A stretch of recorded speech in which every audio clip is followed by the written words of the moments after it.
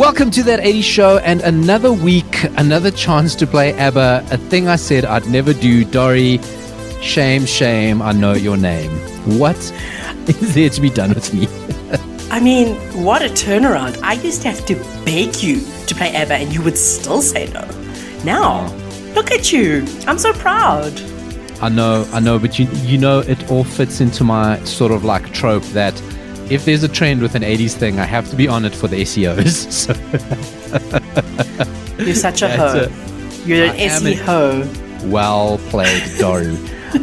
So that song, if you're listening on the podcast, Angel Eyes by ABBA, huge on TikTok at the moment because it's like this whole nostalgia thing that you play that song, it's a sped up version, and then you kind of like put either a celebrity from the 80s you look like or a celebrity from the past you look like, or it's got a whole nostalgia thing. I've seen one of like people say, oh, I wish this TV show would come back, or I wish these sweets would come back, or like trying to pretend that like living in the past is new. It's just that's just our thing.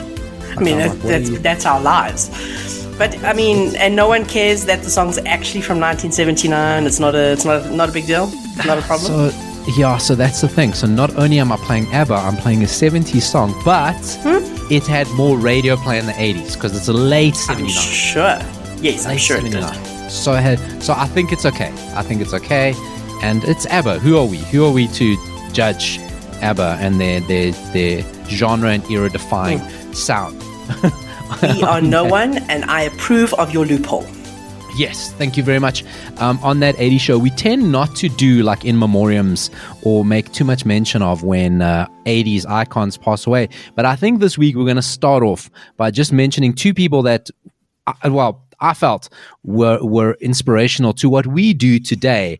Of course, very sad news in South Africa. The first being a radio presenter, and to just call him that is kind of like a disservice, Kevin Savage, passing away after a long battle with cancer. And Kevin Savage, not only was he like the radio guy in the 80s, he was also a host of a Pop Shop.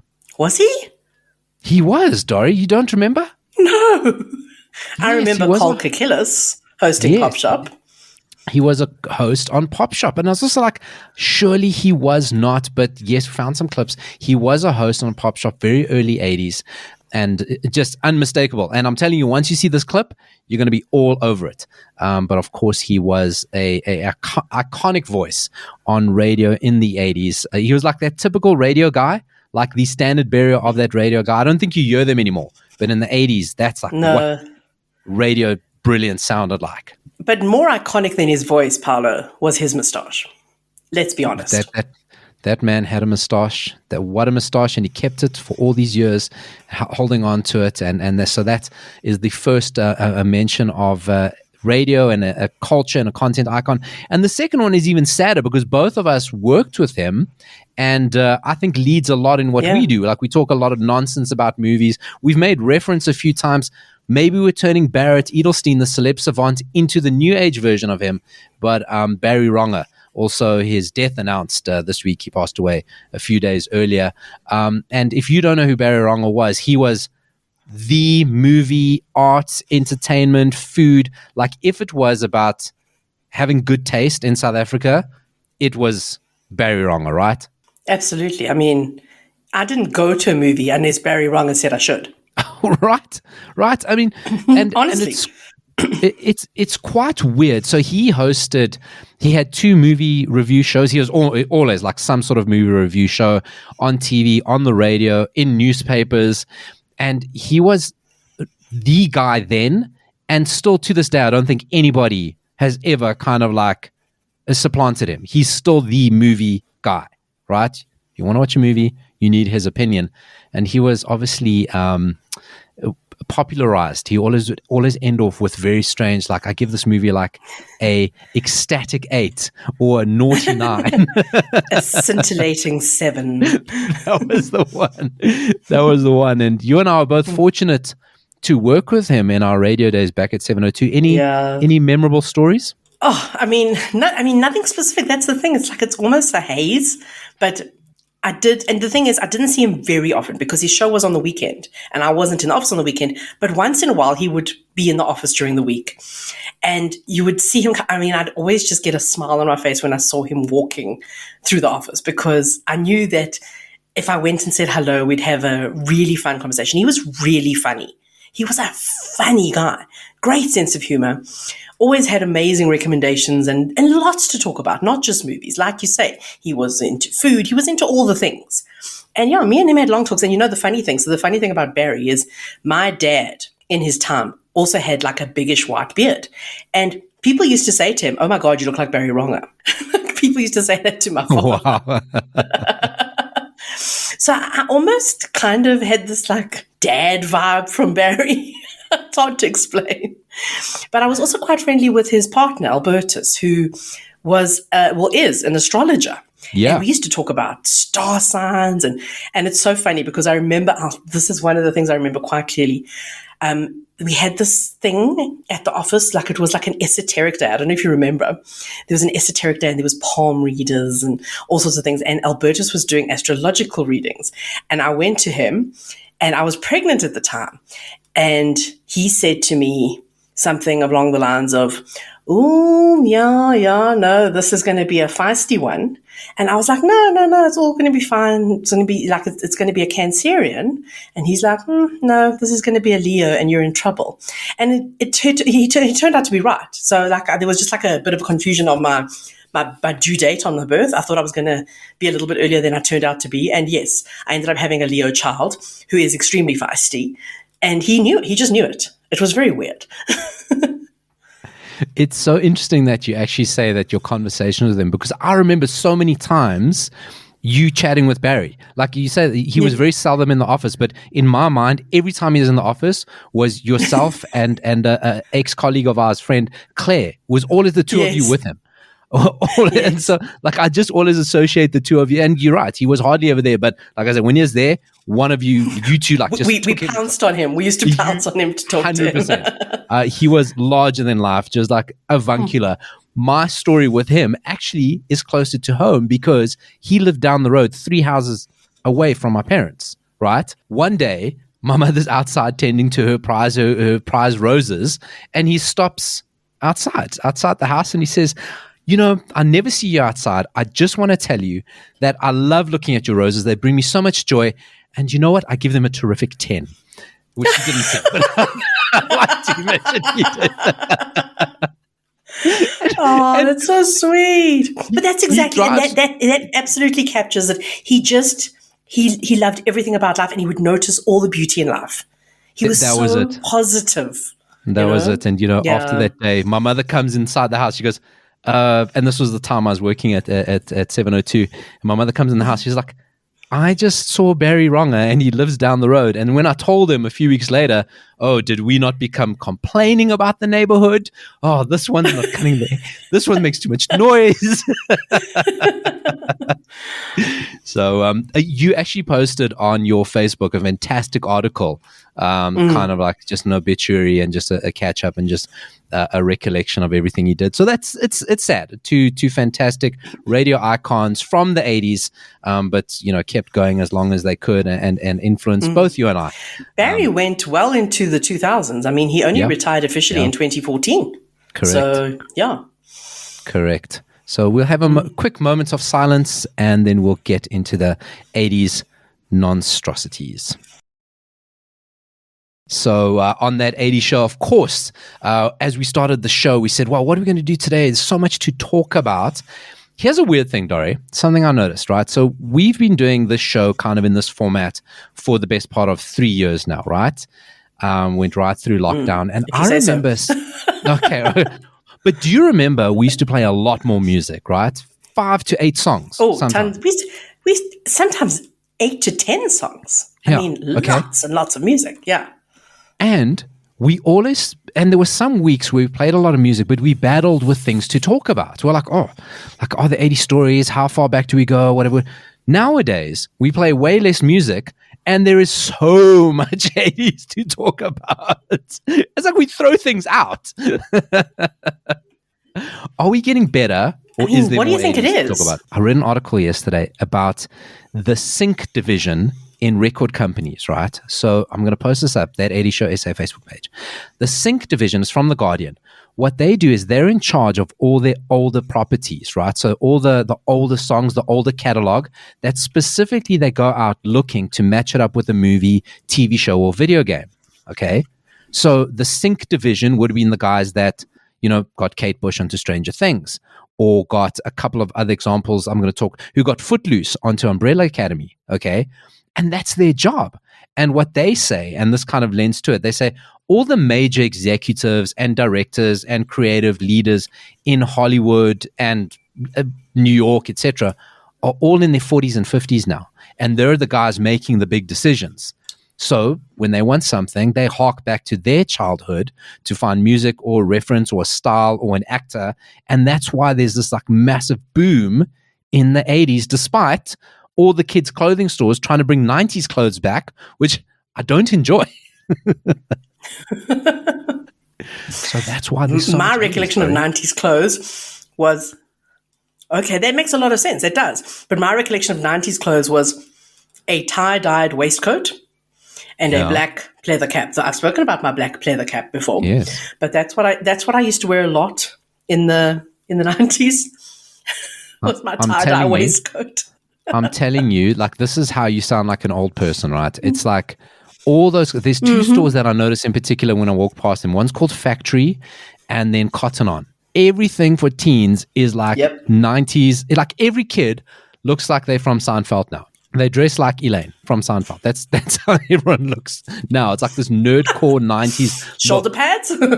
Shoulder pads. Like everyone's dressed like NWA. Like it's quite mad. But in pop culture, it's the 80s. And we did it a few weeks ago. I want to talk about some of the 80s moments I noticed in the things I'm watching right now. Okay, so the first one is, you said don't spoil it, The Boys on Amazon Prime. Because I haven't started. Please do not spoil it. Oh my God. What?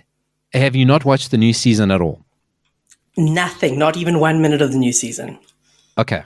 If you want to wait, we can wait. This is a public service announcement. Okay, there's a public service announcement to everybody. I'm not prudish. I'm not squeamish. I've got quite a wild imagination. I've got a sixth sense of humor. So I can imagine a lot of things. Okay. The mind runs away from me. Minute 8 of Boys season 3, episode 1 is the most disgusting thing. And The Boys is gross. They really push it. I mean, it's so gory, yeah. And it's right. It's reflective, because if Superman had to punch you, you would turn into a bag of meat. There's like, he just has to flick you and you'll rip in pieces, and kind of like that's what they show. Okay, but I'm telling you, minute number 8. So you're either going to be intrigued and go straight to minute number 8, or you're going to skip to minute number 10, which I'd recommend. It is the most disgusting thing I've ever seen, to the point that I spoke about it the first time to somebody this weekend, and I said, did I see it right? Because I stopped in between and I couldn't in my mind go back to see what happened. It is the grossest thing. Now I'm intrigued. I'm going to watch it tonight. It is the grossest. When you watch it, you will confirm with me that the most disgusting thing you have ever seen. It is beyond. It is beyond. I've never seen anything like it. Okay. I mean, more disgusting than people exploding like they have been on The Boys in the past, like literally just exploding. So explosion is part of it. There is explosion. Okay. And it's kind of like people say to me the rest of the season, they say there's more disgusting things. I was like, no, I think that primed me so much that like I cannot find anything more disgusting. Okay. The explosion is part of it, but I have never, ever. The mind that thought to do that is beyond. But the 80s moment in it, of course, I've watched the finale. I am a loser like that. You know, Kimiko, the girl who she's self-healing but she can't speak. The mute girl. Yes. She has a fantastic flash dance moment. You see it building up. Okay. They tease it a couple of times through the season. There is a flash dance moment that is beautiful. Okay, so that's moment number 1. In this week I'll go watch Thor: Love and Thunder, aka 2 hours of Guns N' Roses. There's no score. It's just Guns N' Roses songs, right? Welcome to the Jungle, Sweet Child of Mine. And they use the breakdown of November Rain in such a beautiful, awesome way. Like I said to you the other day, it deserves an Oscar, right? So now, I don't watch these movies, these Marvel superhero Thor type movies, but you make me want to watch this one. If I watch just this one, will I be completely confused? Actually, no, you won't. It's very kid friendly, so you don't have to have a lot of background. You don't have to. You just watch it. It's a lot of Guns N' Roses. There's even an ABBA song in there. Okay. It is wild. So do that. Fantastic. But important 80s question. references. Important question though: is Christian Bale himself or Batman in it? Because since he was Batman, he's been Batman in everything. Christian Bale is 4 different people in this movie. He's evil. He's funny. He's having the time of his life in this movie. He's fantastic. There's no I'm Batman. He's not that, but he is a bit that. But he's 4 people. I promise you, he's outrageous. So Christian Bale is really worth it. He's the only one, because the whole thing is like a big fat joke. It's all 80s colors. It's all 80s rock god type of stuff. He's like serious actor, where everyone's like, no, we're just trying to have fun here. He's serious, but it doesn't jar. And you could probably do a whole movie just of his character and his over-the-top performances. He's really good. And then, have you seen a movie on Netflix, which you go, this has got to be a hit? Spiderhead. No. Have you seen it pop? So you look at it, it goes, Chris Hemsworth, Miles Teller. Okay? Between the two of them, they have got movie number 1 and 3 in the world right now. Top Gun Maverick and Thor. Both 80s inspired. These guys are hit. You're like, oh my God. Chris Hemsworth, Miles Teller. How can you miss? Spiderhead, it kind of feels like an extended episode of Black Mirror. It could have been a Black Mirror episode, but it's a movie. But the soundtrack is so 80s. She Blinded Me with Science by Thomas Dolby, The Logical Song by Supertramp, and Hall & Oates. Oh, there is a scene. Always love me some Hall & Oates. Oh, always. It is always love outstanding. So Spiderhead, just go for the music. Go for the music. I'm literally going on to Netflix as we speak to add it to my list, because I do not want to. I do not want to forget. So tonight I'm either watching that or The Boys, and I will report back. Please don't watch minute number 8 of The Boys, or do. Oh, I can't wait to watch minute number 8 of The Boys. Yeah, it's what I'm there for. Remember, Paula, I'm a girl. I can handle more gore than you. Boys can't handle gore. Girls, we handle gore our entire lives. No, yeah. I don't know. This is pretty hectic. If you watch it, let me know, because this is a lot. This is there's a lot going on. So, believe it or not, we do have movie recommendations coming up. But for Barrett, we have to do this. Kylie is back with Jason Donovan. How do you feel about the story? I mean, I'm kind of I don't really care one way or the other that much. I think it's cool that they were like, okay, this TV series that has been running for 300 years is finally coming to an end, and let's do the thing that everybody wants us to do to end it. So I thought that was kind of cool. Yeah. That was it. Of course, Kylie Minogue and Jason Donovan got their start in Neighbours, as did Chris Hemsworth. I mean, how's that? Yeah, he did. I mean, anyone who came out of Australia. I mean, Margot Robbie was on Neighbours as well. So if you came out of Australia, you went through Neighbours first. But of course, they were the first 2 global breakout stars, and Teenage Romance. They were. Did they ever get married? I don't think they ever got married. They were just dating. In real life or on the show? On the show. So in real life, they didn't get married. On the show, they did get married, and then their characters moved away because the 2 of them went to London and went on the musical. Went to become world superstars. World superstars and Jason Donovan. So they... I like it.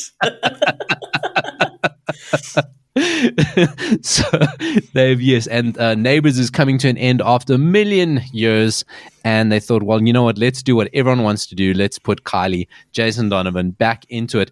They are looking spectacularly 80s. in it. Well, I don't know if that's just because she does. He doesn't. But her outfit is super 80s. I think it's just maybe. It's denim and stuff, isn't it?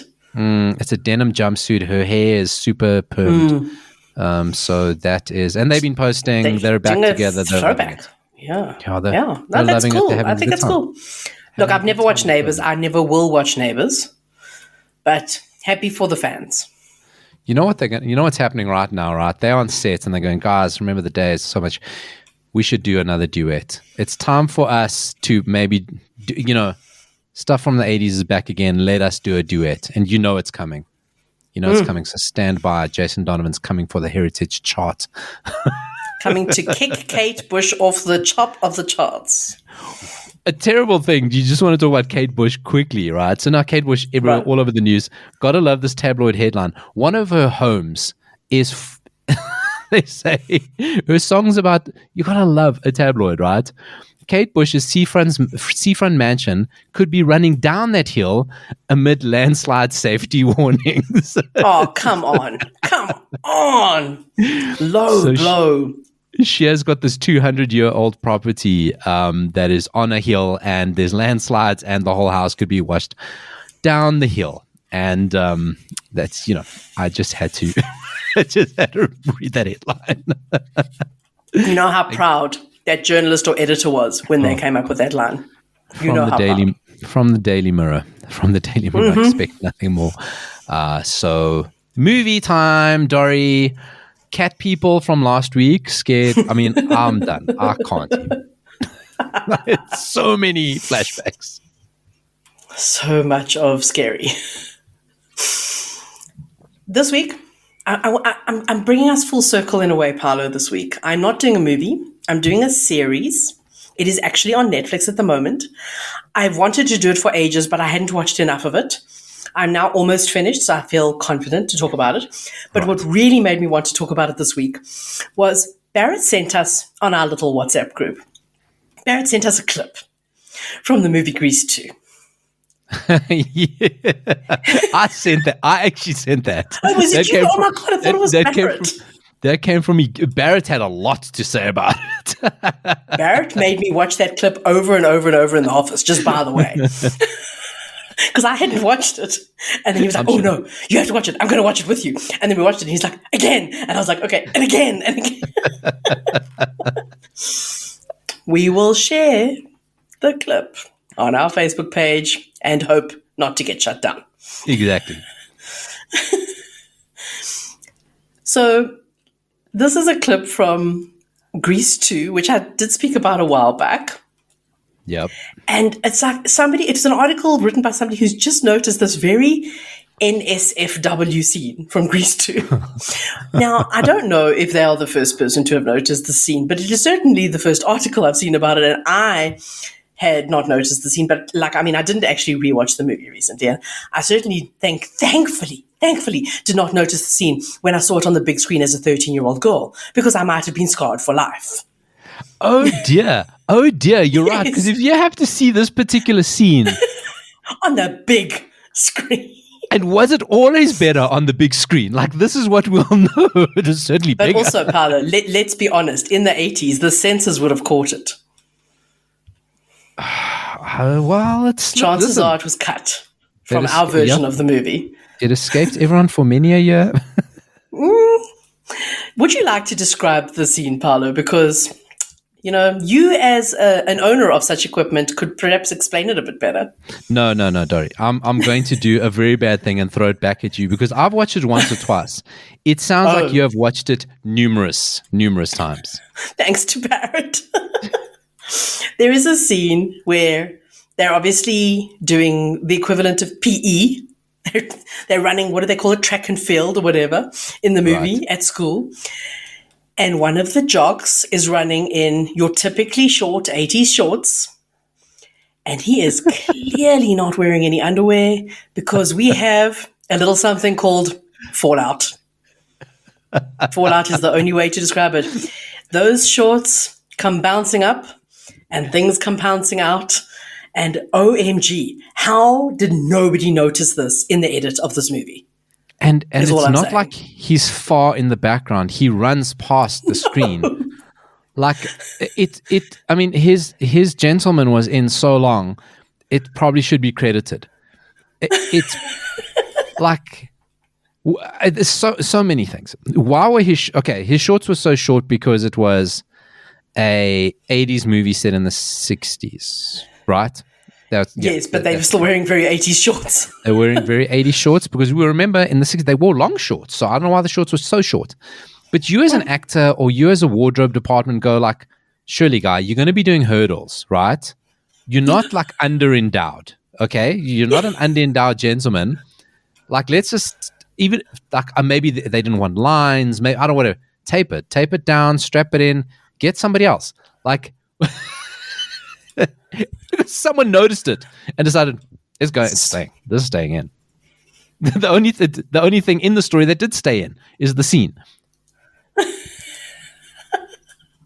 Well, anyway, this little reminder of Grease 2 brings us full circle to my recommendation this week, which is a series currently on Netflix, which is not entirely about the 80s, but a large chunk of it is about the 80s. And what makes it so special is its documentary. So it is real 80s footage.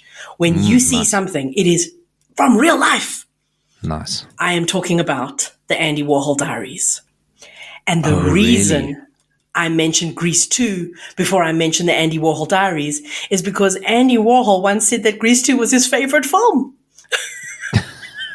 Now, I mean, I love his art. I have a thing for it. I have all the books. I have all the things. I love Warhol. His taste in movies may be a little bit suspect, but there's another link to Grease. I would dare say he said that. That's not his favorite movie. He's trolling all of us. He might have said it because he saw the scene that we've only just seen now. He was the early adopter. Yes, you got it. That's what happened. No, so there's actually, and I found in my rabbit holing, a really funny story about, there was actually a link between Andy Warhol and Grease 1, the original Grease movie, where one of the producers wanted Andy Warhol to play the art teacher in the original Grease movie. And he was like, oh, this is going to be so good. Because remember, this is the late 70s. Warhol was very, like, the thing on the New York art scene. He was very famous and all that stuff. And so the producer was like, this will be really cool to have him in this movie. And one of the other producers completely vetoed it and said, I will not have that man in this movie. And it was like, no. So we almost had him in the movie. But I do think it probably wouldn't have worked very well because he was a very strange person and not an actor at all. I don't know if you've seen any of his films where, I mean, he made a lot of films that he wasn't in, but there are a couple that he is in, and oh dear, like, just not an actor is all I'm going to say at this point. Yeah, I wouldn't think that. He did a lot of things. No. I wouldn't pitch him as an actor. Acting definitely not right up there, but he was extremely shy. So I think that's why, really, really shy, which is so strange when, if you know anything about the persona that he was, it doesn't make sense that he was shy, but he was an extremely shy person. Mm-hmm. The Andy Warhol Diaries is a thing of beauty because what they have done is they have taken the actual diaries, which is a massive book. I mean, I own it. I don't think I ever actually finished reading it because it is, oh my goodness, like, you could literally kill someone with it. It's a weapon. It's such a big book. But they've taken the diaries and they've taken out, I suppose, the bits that they could match with footage, because it's put over real footage. There's also some interviews with the people who are still around, reminiscing. And then what they did was they also used one of those AI things to recreate Andy's voice to narrate parts of the episodes. Oh my word! Like, that literally is so read out from the diary. That is so nuts. Like, I was reading about this company. They in the Ukraine, they're still based there, who actually do all the work for Lucasfilms and LucasArts. And they recreated Darth Vader's voice out of James Earl Jones's voice for the new Obi-Wan series. And they also did Val Kilmer for Top Gun Maverick. Spoiler alert. Because he hasn't got a voice anymore. He hasn't got a voice. So listen, I haven't seen the movie, but everyone knows if Val Kilmer pops up. But isn't James Earl Jones still alive? Yeah, but his voice doesn't sound the same. His voice doesn't sound the same. He's old now. Exactly. I mean, James Earl Jones is 90. So he's not going to sound like he did. Wow. You know what I mean? So he is going to sound different. Yeah. Also, he probably said to them, "Can we please move on? I have done so much more like after this. Can we move on with our lives?" When you're Darth Vader, you're Darth Vader. No, logically, because now this version of Darth Vader is younger than the version of Darth Vader he voiced. So it's even worse. That's the thing. But you're right. Maybe sometimes we should just move on. But alas, then, if you believed in that, you wouldn't be listening to the show. So, yeah. So anyway, the point is that, I mean, even if you're not a fan or don't know anything about Warhol, I mean, that you might find it a bit slow, because I mean, some of the episodes are a little bit slow paced, and I'm kind of watching them in stages, which is why it's taken me a while to get through the series. But it's so beautifully done. And like I say, real footage from also from earlier, but like there's a fair amount of footage from the 80s where you're seeing them walking through the city streets. And it's like, oh my God, like this was real 80s. This was it. And it's just so beautifully done, really beautifully done. It's done by, what is his name? Ryan Murphy was involved. Now, Ryan Murphy he makes beautiful things. It's just beautifully done. And it's done, you can tell that everybody involved in this project just really had a reverence for Andy and a love of what he did. Because a lot of people were like, oh, this is rubbish. This is not art. This person's crazy. But I'm a big fan, like I said, and there's a lot to it. And there's a lot of emotion in each episode. I actually cry in almost every episode of it because there's just, I mean, they've really done it so sensitively and like showed the side of him that, I mean, he was quite a bastard, actually. He was kind of mean. And, they haven't shied away from it. They've definitely showed all that as well. But they've also shown, the shyness and the insecurities and the sadness, like especially when, one of his relationships ended. He was very sad about it. And then there's also, I mean, he was shot I think it was 1968, he was shot. And he survived it, but only barely. And I mean, it contributed to him dying quite young because his body never really recovered from that incident. And the way they did it was very, very well done. So I just highly recommend it. Also just for the cool 80s stuff in it, but just as a good show in general. And on Netflix, so easy to watch. Easy to watch. Any footage from Studio 54? Oh, lots of footage from Studio 54. He was like patron number 1 at Studio 54. Yes. And in photos and footage and people talking about it. Lots of that, yes. I mean, that also from the 70s, but definitely 80s as well. Nice. Yeah. And I mean, he used to hang out with Grace Jones. We've spoken about Grace Jones how many times on this show? Oh, like so many times, there's a point where we're going to have to start paying her for usage of her name. In your best Barry Ronge tribute, what rating do you give this film or this series? Oh, I give this series exotic 8. Oh, that's a good one. That is a good one. So, in the genre of 80s movies, you had a specific genre which they try to recreate, but they did so perfect in the 80s. A movie genre called shenanigans. We haven't spoken about a shenanigan-based movie in a very long time. It's time to bring it back 2 weeks? today. Yeah, 2 weeks. Right, 2 weeks. The premise of a shenanigans movie in the 80s is that it's the idiot's principle. If everyone in this movie had half or any type of brain, the movie would be over in 5 minutes because they'd all go, "Oh, this is stupid. This is obvious. Just arrive on time." But it's the whole idiot principle because everyone in the movie is an idiot. The movie drags out. Okay, so it goes on the idiot principle. Siskel and Ebert, talking about movie reviewers, hated this movie so much that they voted it the stinker of the week. They used to have a feature back in the 80s on their show called the stinker of the week. In this particular week, both their movies were stinkers. It was the first time it ever happened that both their movies were stinkers. To accentuate the point, they had a skunk in the studio to show what a stinker this was. That's how much they thought this movie stunk. But the cast was phenomenal, Dori. Okay. Mm-hmm. Charles Durning, he's one of those actors you don't know his name, but he's in everything, right? He's one of those guys you'll see. I love him. Right. Okay. Yeah. He's in it. Fantastic. Jim Belushi's in it, right? I mean, what are we talking about here? Carrie Fisher's in it. Okay. Carrie Fisher. Okay. Yeah. She wasn't, I mean, poor Carrie Fisher. She'll always be Princess Leia, but she did try every now and again to not be Princess Leia. Speaking of, do you know that Carrie Fisher was originally asked to be in Grease instead of Olivia Newton-John? Yes, but she was busy doing Star Wars, so she couldn't.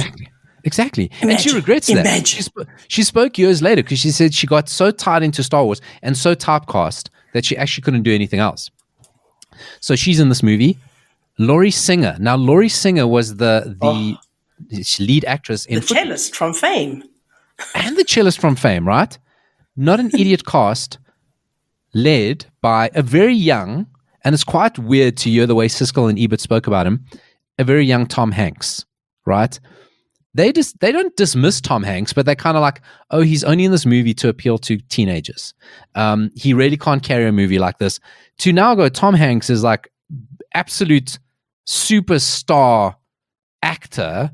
To hear these reviews of him when he's starting out is like quite weird because he's just some other kid that's been in some stupid Dungeon and Dragon type movie. Well, I suppose he had to be at some point, right? He was. You did another movie where he was like young and unknown. Yeah, not so long ago. The stupid Dungeon and Dragon movie, the Satanic Panic one, right? So in this movie, oh my God, shenanigans reign supreme. Now I'm reviewing movies or recommending movies that are easy to find Disney Plus. I'm just going through Disney Plus. I'm paying for the subscription. Let me get the most out of it, and let's find movies on there. So it is a movie called The Man with One Red Shoe. Oh my God. I mean, I don't remember this movie. I do not remember. I do remember Tom Hanks wasn't he on the poster? Correct. Like he's on the poster. And I remember it getting the worst reviews. And just, oh my goodness, the critics just absolutely, oh my God, yeah, just panning. Oh, yeah. Okay, I remember, but I don't remember anything else about it. I probably watched it, but I don't remember it. Here's one of the reviews. Not a very good movie. It doesn't have any real clear focus to it. It isn't about anything in particular that you can honestly understand. It made no money at all. That's Tom Hanks describing the movie.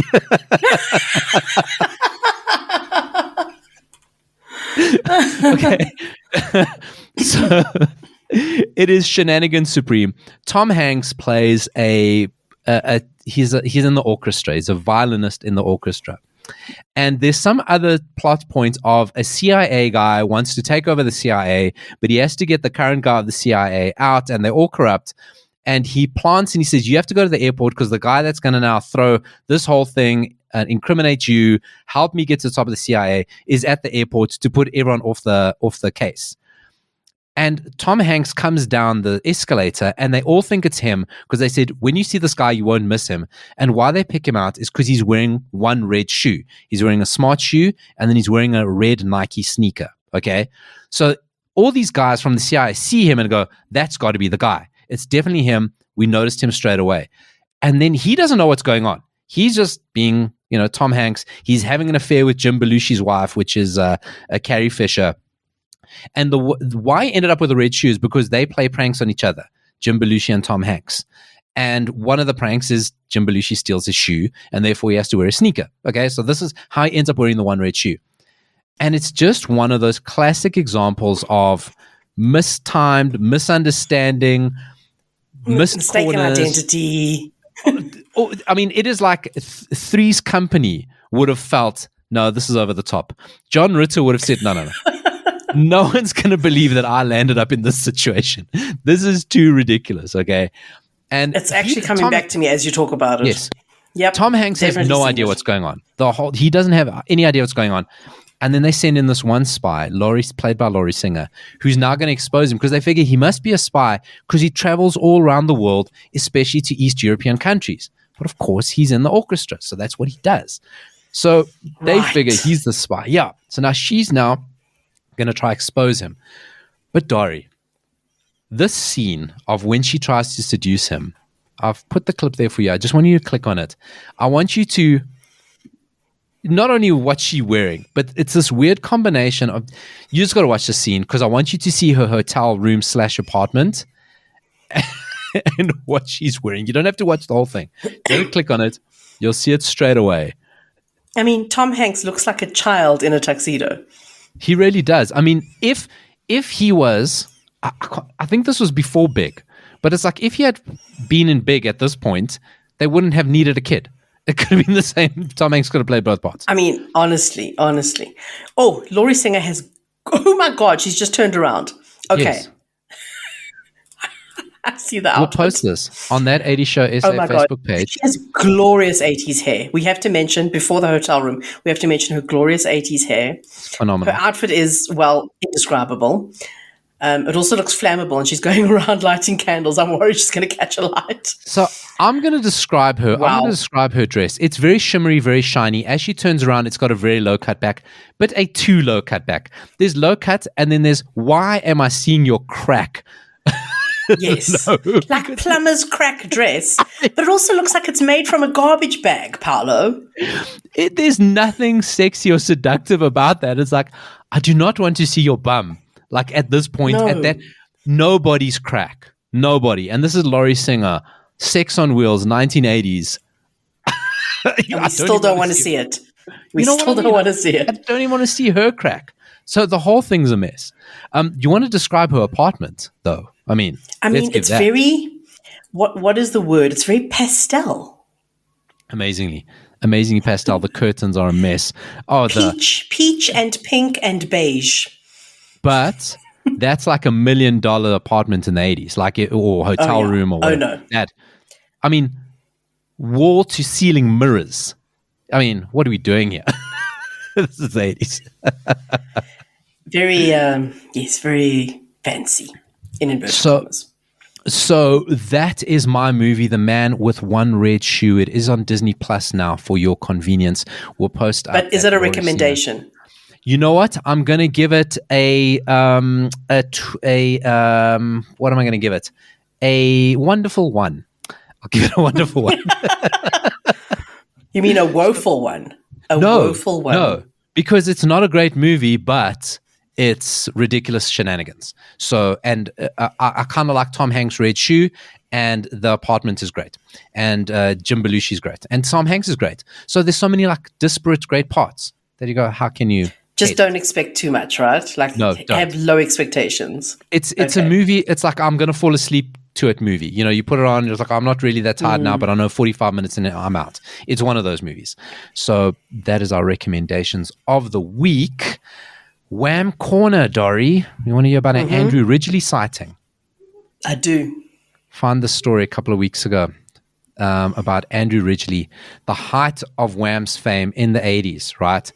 And Andrew Ridgley missed a car that was supposed to pick him up and take him to an event, and now he's stuck. And this is pre-cell phones. He can't get on to anyone. He's like, oh, shit, I got to get to this event. What am I going to do? I missed the car. I got to take the London Underground. Yeah. Now, this is Andrew Ridgley, right? Can't walk out his own house without being mobbed. Was this at the height of Wham fame? The height, exclamation mark, of Wham fame, right? So he gets on the train, and this woman's staring at him, and she goes, hey, you're Andrew Ridgley. He says, don't be ridiculous. You think Andrew Ridgley would use the Underground? And she's like, oh, yeah, that's a good point. And everyone left him alone for the rest of the trip. I mean, wouldn't you also be like, oh, geez, he really looks like him, but that's a good point. That is a good point. It's like, but you think that's hiding in plain sight. And you know, I know the story is true because, I mean, we love Andrew Ridgley content. And you know that he's a rapscallion. And this is exactly something he would have said. But imagine that. What would you have approached him if you on London Underground 1980s? Are you goth? What type of Dori are we dealing with in this period? Yeah, 1980s. I'm not goth. You're not goth. Okay. I'm Wham fan. I'm Wham fan 80s. I'm in my luminous green or luminous pink socks. With he's my white shoes. Oh my God, he's dodging you. He's like, oh shit. I look like I could have been in the music video for Wake Me Up Before You Go Go. I am in that music video. That's how I used to dress. I was inspired by that music video. It's like, I'm not going near the person with the Choose Life t-shirt because then my couple will blow. So that's not because you know that he gets on, he sees you, he's like, oh shit, this is gonna. So he probably did go find a goth. He probably go, oh that person looks like they listen to the Smiths. That person, the Cure. Okay, this is a good place to be. But yeah, if he got on 1980s Dori, Choose Life, she's gonna bust me, because then it's all over, and she will know I'm lying. So Andrew Ridgley, if you see him on the tram, which you won't, because come on, who's getting Andrew Ridgley on the subway? Forget about it. What is this? This is not happening. Keanu Reeves takes the subway. Keanu Reeves is different level. Keanu Reeves is he's like a human being as opposed to a celebrity, but nobody bothers him because it's like a Keanu sighting is quite regular. Yeah. So keep true. That's what I like to do. I like to for our fans. I never act like I'm too high and mighty, head in the clouds. I'm just a normal guy. All this fame that we've got off that 80s show. So, Dori. A normal guy who morphed into Doogie Howser on a TikTok you recently sent me. So that is the perfect segue. We're going to post that TikTok. It's part of a TikTok trend, okay? Which celebrity, It started as a celebrity thing. It's morphed into something else, right? But that morphing trend, plus being reminded of cat people last week. Now, I got to tell you, if you're going to look for cat people on Netflix, you're not going to get that cat people. You're going to get a documentary about people who love cats, right? I suppose this movie is about people who love cats too much. In a different way. Yes. They fucking love cats. Love them. Okay, but not that. So, and the cat people, the whole movie is on YouTube, by the way. I watched bits. It's all there. It's all there. What kind of quality are we talking? VHS quality, the finest. Probably a bit BMXy, a Betamaxy. Probably a bit BMXy. Like you rode over your VHS with your BMX. So that's kind of the quality. That's what we're dealing with, right? So some combination of this, like, recess trauma of cat people and this TikTok trend, and one of the people that posted it reminded me of a TV show from South Africa in the 80s. Dori. Yes. Die Swart Kat. Okay, the black cat. Now, on this face morphing kind of celebrity look-like trend, somebody posted it and said, "You're never going to remember me from this TV show." And he turned into the Swart Kat kid. And I'm so annoyed with myself that I never went back to double-check the person's name because, like, it's so obscure, it had to have been him. Like, everybody else is not them, right? I'm obviously not Doogie Howser, which is strange because I look exactly like Doogie Howser, but nothing like Neil Patrick Harris. It's like, how does that work? I'm upset with myself that I didn't go back and check if this was the guy from Die Swart Kat. Now, Die Swart Kat, I want to play you the super synthtastic opening credit scene. Take a listen, quick listen to this.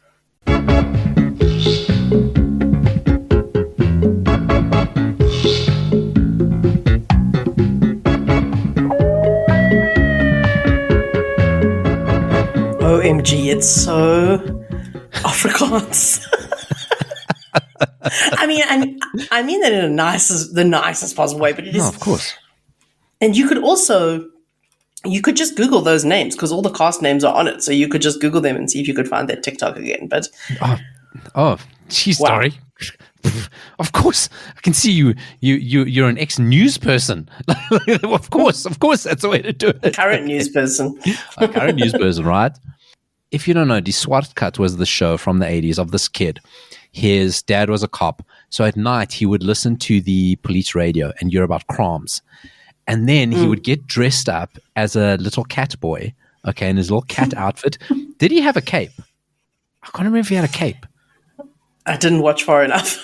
I think he definitely had the mask thing. He had a cape. He had a cape and a little cat mask, and he went to go solve like neighborhood level crimes. Okay, I feel we need Die Swart Kat now. Okay, because it's lots of crimes and we need them all fought. His name was Borrie Veld. That was the boy's name that day, but at night he was Die Swart Kat. There's a cool article about it. Really nice website I found, fortressofsolitude.co.za. I didn't know there was a local version. I know there's an international version. I don't know if this is a skin of that. But they talk about Die Swart Kat. They say it needs a reboot. So it's about time we should do it. Why not? And talks about that there was a few years ago, they did a comic book on it. A short self-run publication, self-published, a comic book or a re-illustration of a book in 2012 and kind of giving him a modern look on Die Swart Kat. I remember that show. It was in Afrikaans. They never dubbed it into English, which was something that was a weird anomaly in 1980 South Africa. And I'm here for it. If you want to watch the whole season, I think 2 seasons of the SWAT cut, all on YouTube.